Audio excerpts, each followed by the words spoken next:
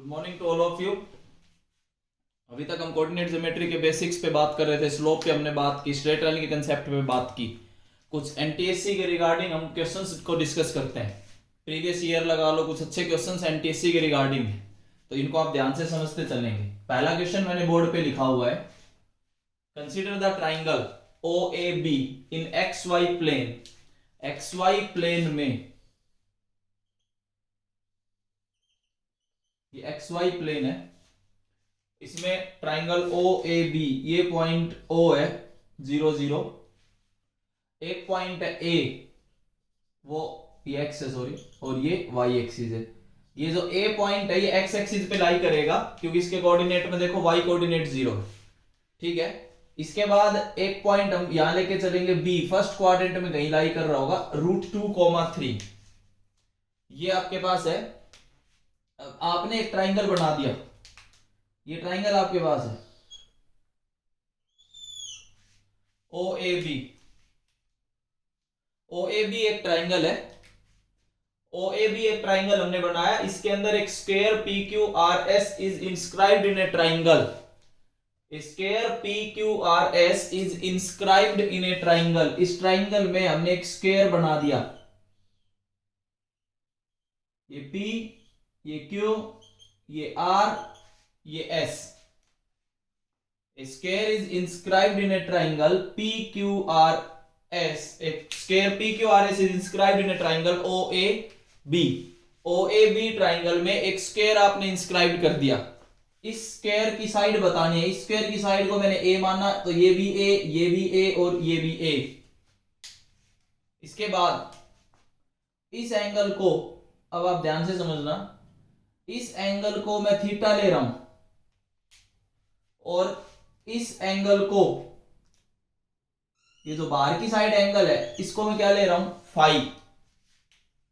इस एंगल को मैं थीटा ले रहा हूं, इस एंगल को मैं phi. With positive direction of x axis मैंने एंगल कंसीडर किया है, इसका एंगल थीटा, इसका angle phi. With positive direction of x axis आपने एंगल लिया हुआ है,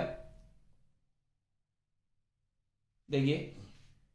इसके बाद अब आप आगे समझना, अब हम स्लोप के कंसेप्ट पे बात करेंगे, थोड़ा सा बिल्कुल क्लियर वे में समझते चलना। पहला देखो, ओबी जो लाइन नजर आ रही है, ओबी लाइन, ओबी लाइन पे अगर मैं स्लोप फाइंड करना चाहूं तो वो आएगी y2 minus y1 divided by x2 minus x1।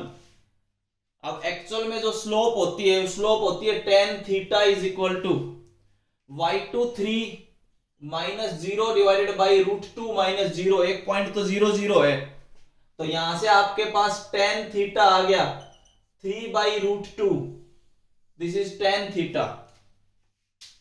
इसके बाद एक मैं लाइन लेता हूं ए बी। ए बी में अगर मैं स्लोप फाइंड करूं तो y2 minus y1 3 minus 0 divided by √2 minus 6। आप देखो, with positive direction of x axis tan phi, phi इसका एंगल है, तो tan फाई इसकी स्लोप होगी। ये tan थीटा फाइंड किया और ये tan फाई फाइंड किया स्लोप के कंसेप्ट पे।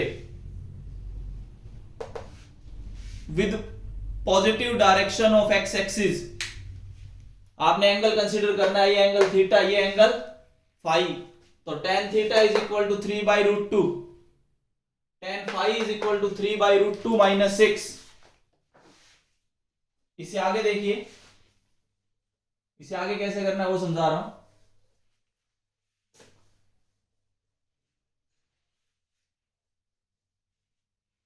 आपने tan थीटा और tan फाई फाइंड कर लिया।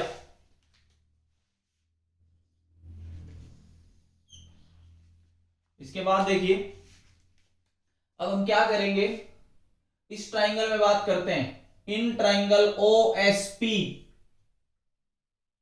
एक राइट एंगल ट्राइंगल है, इसमें अगर आप tan थीटा लगाओ तो tan थीटा होता है perpendicular by base p by B.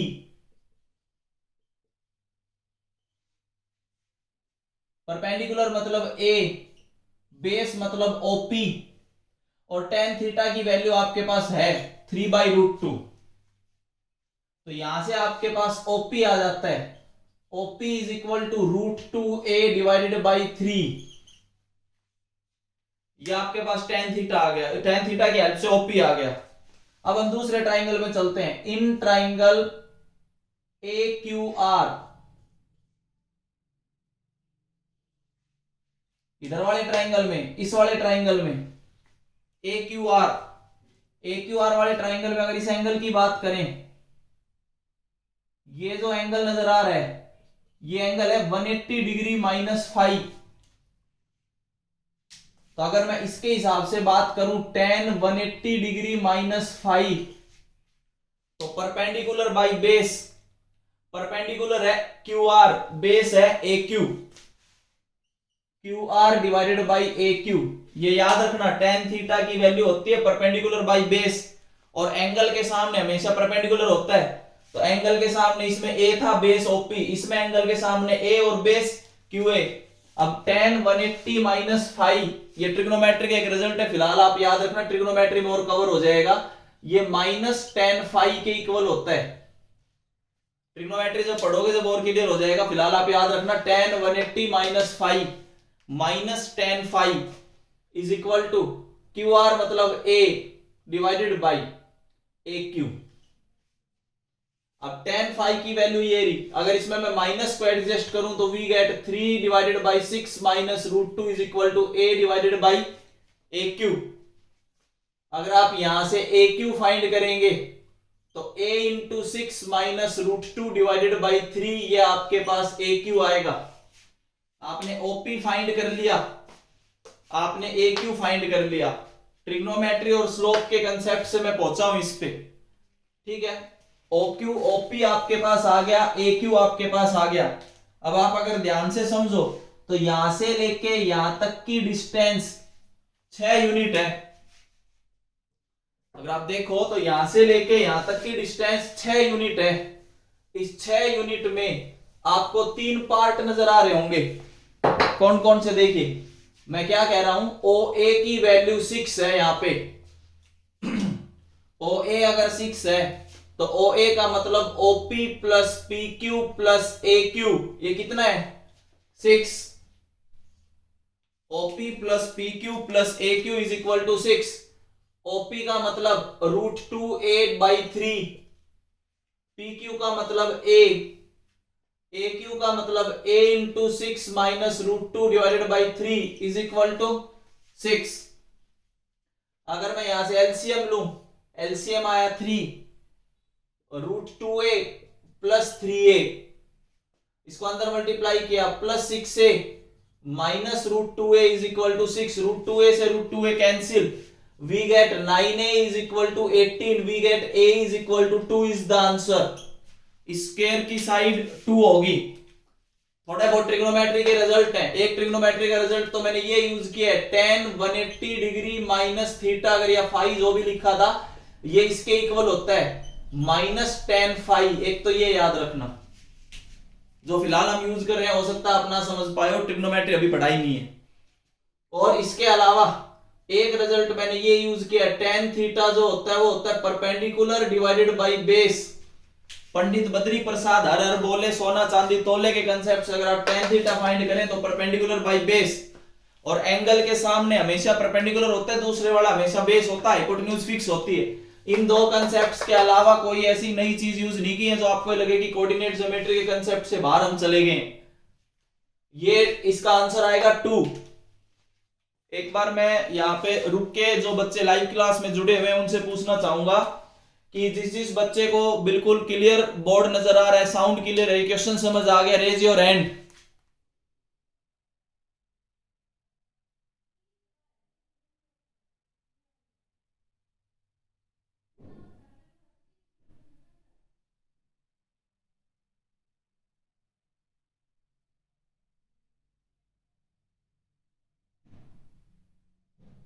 Okay,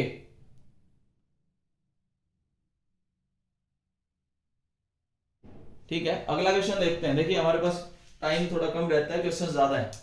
तो एक तो ये था कि स्क्वायर एक ट्राइंगल के अंदर इंस्क्राइब किया गया, तो मैंने तरीके से आपको स्लो स्पीड में समझाने की कोशिश की है, ठीक है।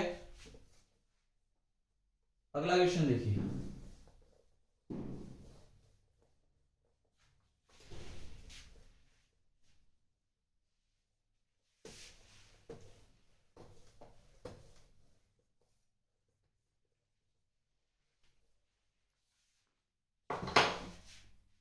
नेक्स्ट मैं पहले कंसेप्ट आपको बताता हूं जिसपे आपके डाउट्स हो सकते हैं अगला क्वेश्चन कराने से पहले। देखो, एक तो ये डाउट था, मैंने क्लियर कर दिया किस टाइप के क्वेश्चंस में आपने क्या करना है, स्लोप वगैरह का कंसेप्ट लगा के।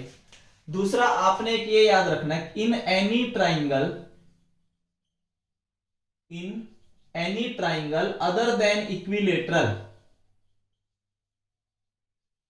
In any triangle other than equilateral, equilateral को छोड़ के जितने भी ट्राइंगल हैं उसमें आपने एक ये याद रखना है,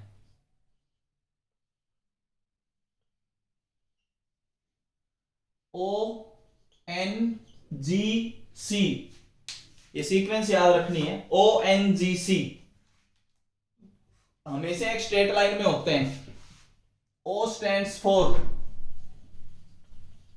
ortho centre, nine centre, centroid और सरकम सेंटर, ये हमेशा एक ही लाइन में होते हैं। Ortho centre, nine centre, centroid और सरकम सेंटर, ये हमारे यूज का नहीं है, इसको हम छोड़ देंगे। ये रेशियो होता है 1:1:1। Ortho centre, nine centre, centroid और सरकम सेंटर 1:1:1, ये रेशियो चलता है 1:1:1। अगर मैं मान लीजिए ऑर्थो सेंटर को से डिनोट करूं, नाइन सेंटर छोड़ दूं, फिर जी और फिर सी सरकम सेंटर, तो ये रेशियो हमेशा 2:1 मिलेगा, क्योंकि आपने एन हटा दिया तो ये 2 और ये 1, और हमेशा एक स्ट्रेट लाइन में मिलेंगे। ध्यान रखना ये रेशियो अपने दिमाग में रखना। ओ जी सी, पहले ऑर्थो सेंटर आएगा, फिर सेंट्रोइड आएगा, फिर सरकम सेंटर आएगा, ये रेशियो 2:1 चलता है। अगर मैंने ले लिया इन इक्विलेटरल ट्राइंगल,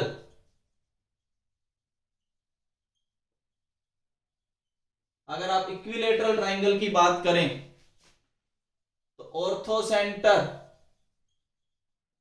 सेंट्रॉइड, इन सेंटर, सरकम सेंटर, चारों कॉन्साइड्स एक ही पॉइंट पे लाई करते हैं। ऑर्थो सेंटर, सेंट्रॉइड, इन सेंटर, सरकम सेंटर, ये चार के चार आपके एक ही पॉइंट पे लाई करेंगे। अगर कौन सा ट्राइंगल है, इक्विलेटरल ट्राइंगल, अगर इक्विलेटरल ट्राइंगल है तो चारों एक ही जगह लाई करेंगे, एक ही पॉइंट पे। लेकिन अगर इक्विलेटरल ट्राइंगल नहीं है तो ये सीक्वेंस याद रखना, ONGC। ONGC वैसे कंपनी भी होती है, oil natural gas corporation limited, ONGC, उसके नाम से भी आप याद रख सकते हैं। O stands for orthocentre, N for nine centre, centroid, circumcentre. Nine centre हमारे काम का नहीं, इसको हम हटा सकते हैं, तो हमारे पास जो रेशियो आया वो ये काम का आएगा। ऑर्थो सेंटर, फिर सेंट्रॉइड, फिर सरकम सेंटर, ये एक ही स्ट्रेट लाइन में लाई करते हैं, ठीक है, और इनका रेशियो 2:1 चलता है। और अगर इक्विलेटरल ट्राइंगल हो तो एक ही पॉइंट पे ही लाई करते हैं, चारों पॉइंट सेम है, ठीक है। अगर हम इस हिसाब से बात करें तो देखो, मैं आपको एक क्वेश्चन करवाता हूं, सुनिए, एक दो क्वेश्चन हम इस पे डिस्कस करेंगे।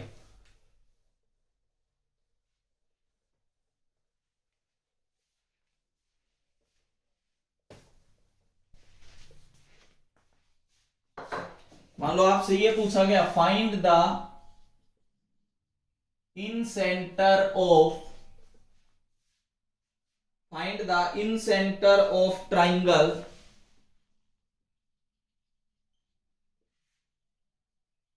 formed by 0, 0,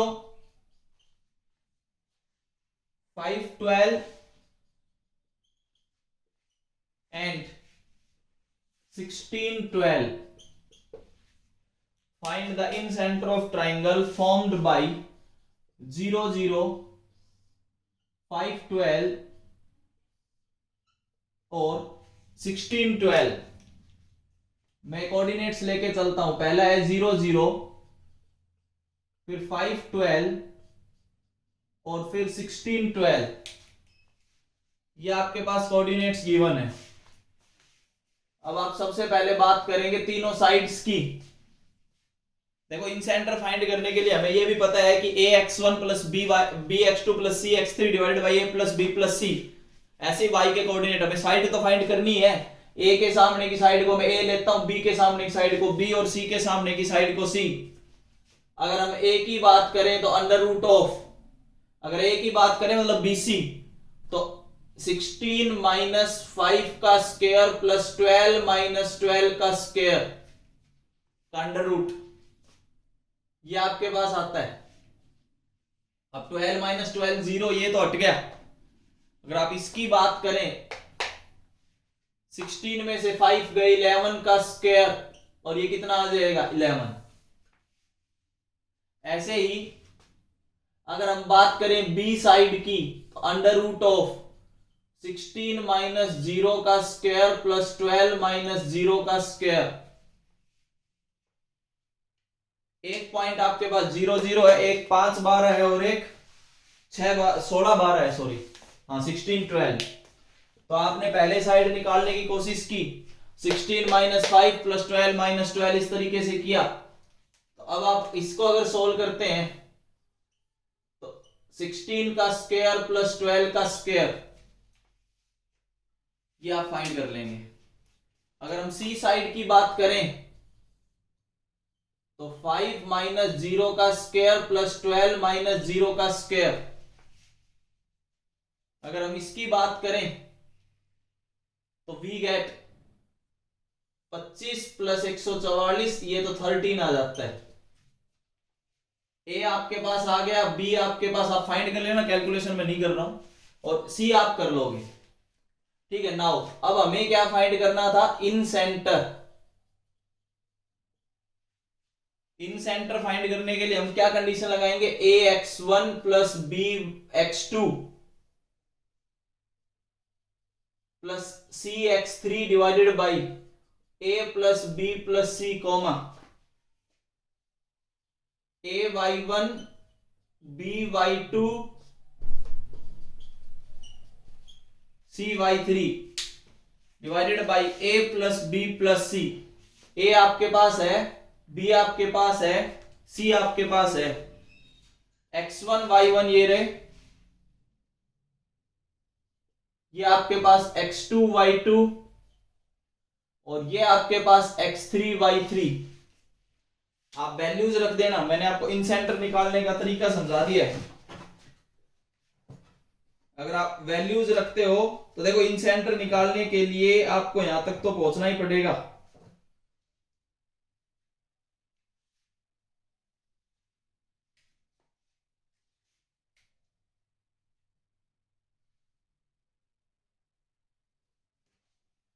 एबीसी आप फाइंड करेंगे, तीनों साइड अगर बराबर आ जाती तो हम सेंट्रोइड का कंसेप्ट लगा देते। तीनों साइड अब अलग अलग आई, पहली साइड हमने फाइंड की ये, तो 16 माइनस 5 का स्क्वायर 12 माइनस 12 का स्क्वायर। तो ऐसे अगर कोई भी क्वेश्चन आता है तो आप एबीसी आप फाइंड कर सकते हैं। एबीसी फाइंड करने के बाद ठीक है, अगर आप तीनों बराबर आते तो इक्विलेटरल ट्राइंगल के हिसाब से x1 is equal to sorry centroid और इन सेंटर बराबर होते, लेकिन यहाँ पे साइड अलग अलग आ रही है।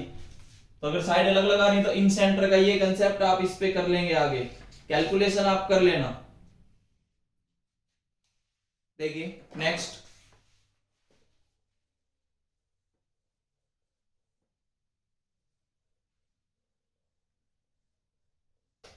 या फाइंड कर लेना, कैलकुलेशन आप कर लेना। साइड्स हमने फाइंड करके और इससे ये वैल्यूज मैंने सारी बता दी थी। अब आगे कैलकुलेशन आपका काम है, तरीका मैं समझाता चल रहा हूं। अगला देखिए, if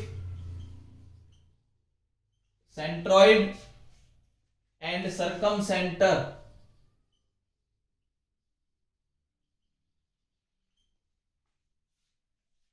of a triangle are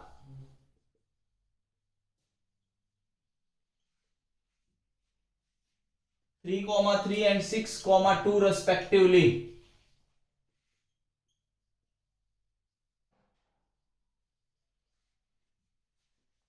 Then find orthocenter.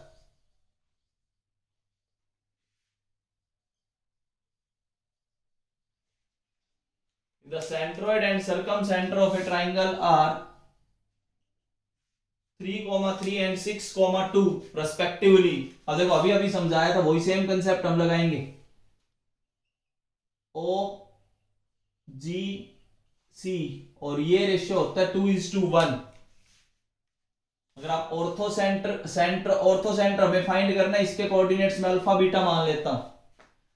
Centroid के कोऑर्डिनेट्स गिवन है 3,3, सर्कमसेंटर के कोऑर्डिनेट्स गिवन है 6,2.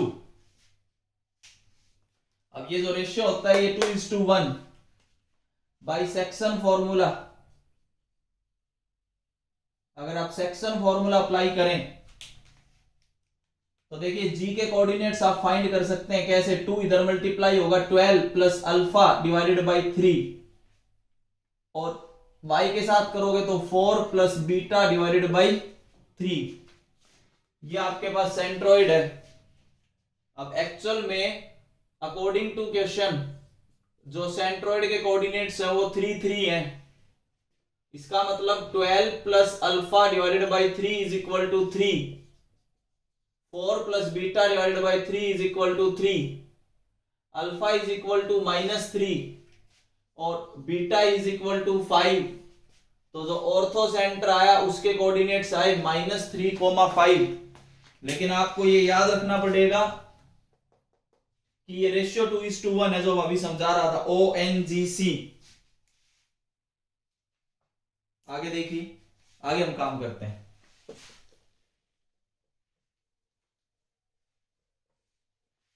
तब तक मैं क्वेश्चन लिख रहा हूं, तब तक आप ये नोट कर लो. फिर भी एक बार जो बच्चे लाइव क्लास में जुड़े हुए हैं एक बार मैं फिर डिस्टर्ब करना चाहूंगा. क्या उनको बोर्ड क्लियर नजर आ रहा है? मेरा पढ़ाया हुआ समझ आ रहा है? Raise your hand.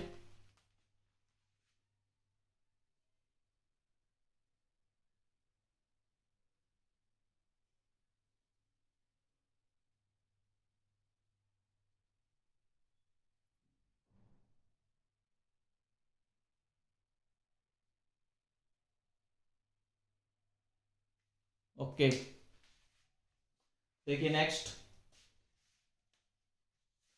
Find the incentre of triangle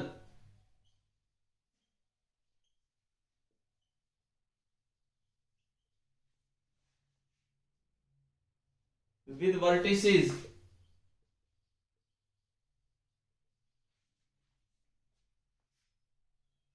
1,√3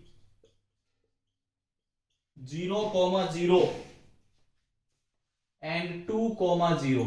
देखो एक इन सेंटर को और करते हैं.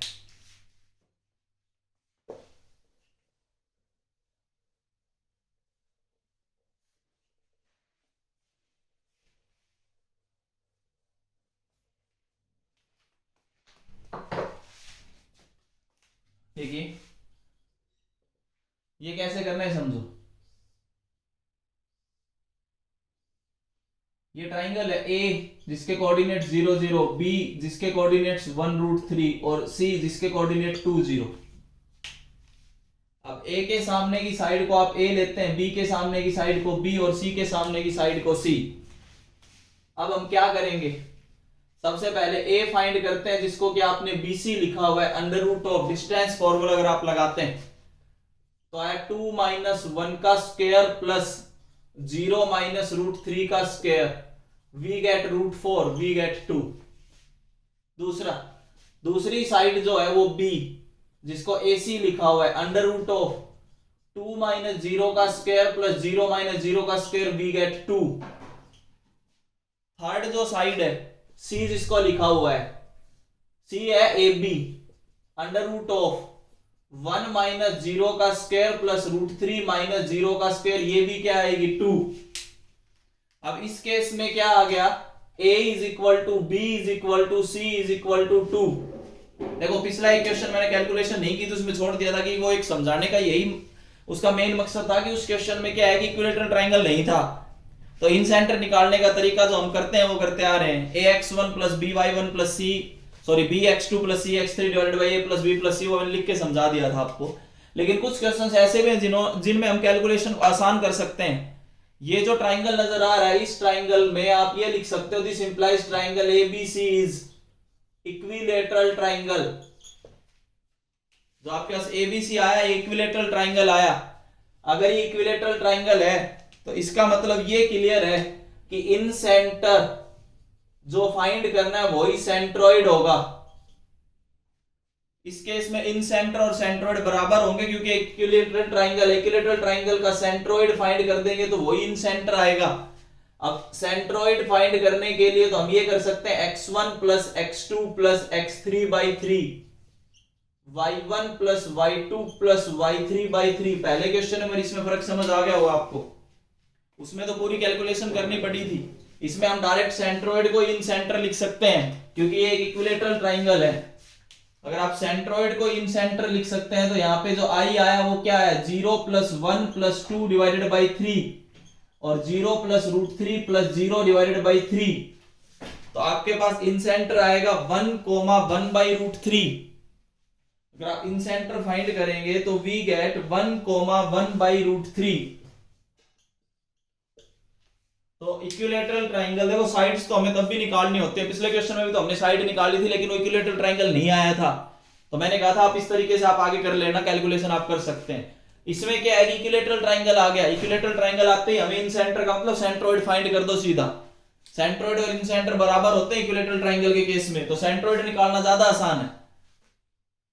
बताइए यहां तक जो भी अभी तक मैंने समझाया, क्या वो आज का पार्ट सारा समझ आ रहा है? Please raise your hand.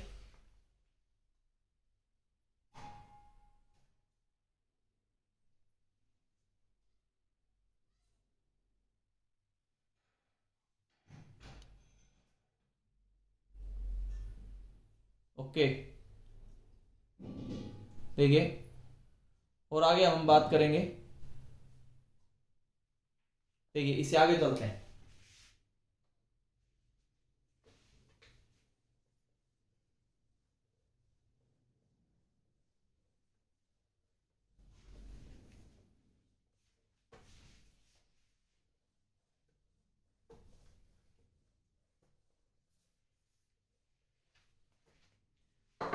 एक क्वेश्चन ये भी पूछा गया, if the centroid of triangle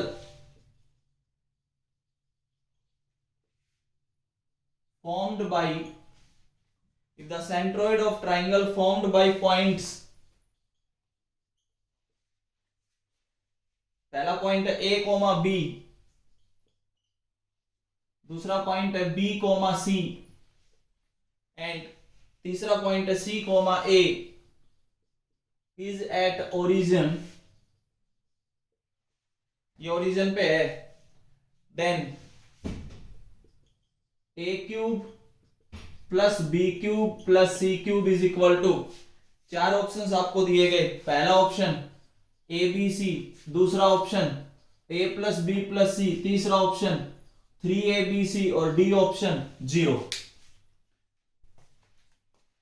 देखिए इसको कैसे करना है वो समझो। एक ट्राइंगल लिया, इस ट्राइंगल के तीनों वर्टेक्स गिवन है, एक a कोमा b, एक b कोमा c, एक c कोमा a।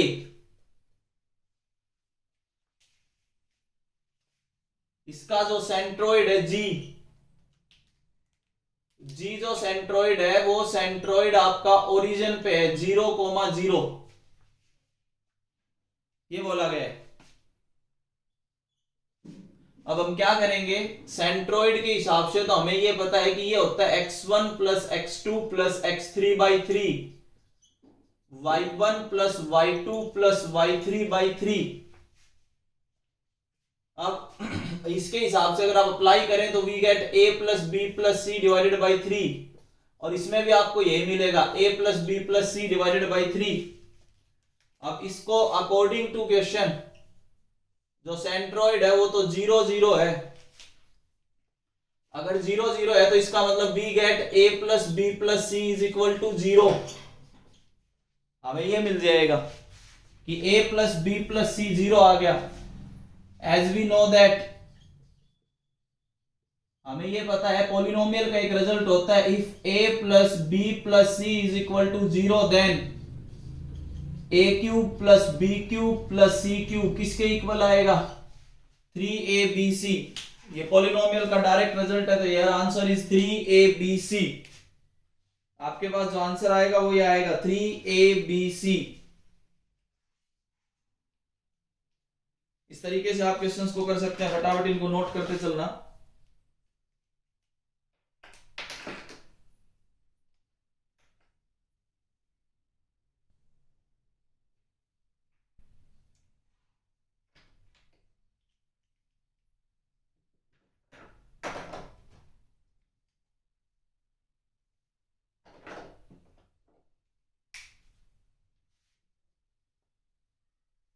आगे देखिए,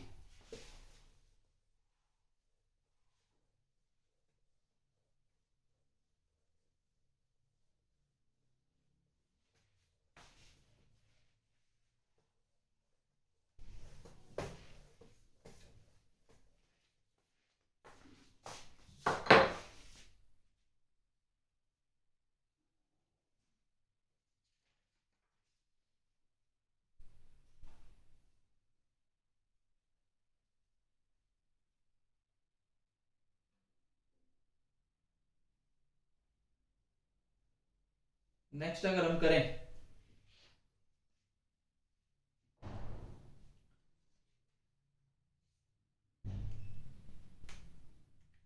एक आप ये कर सकते हैं, the coordinates of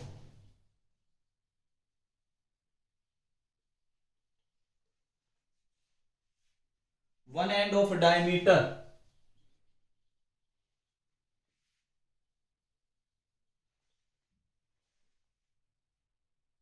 of a circle are 5, -7. The coordinates of center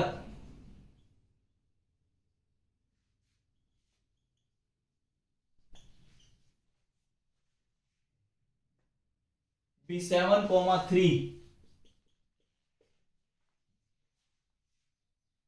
Then find the coordinates of other end of diameter.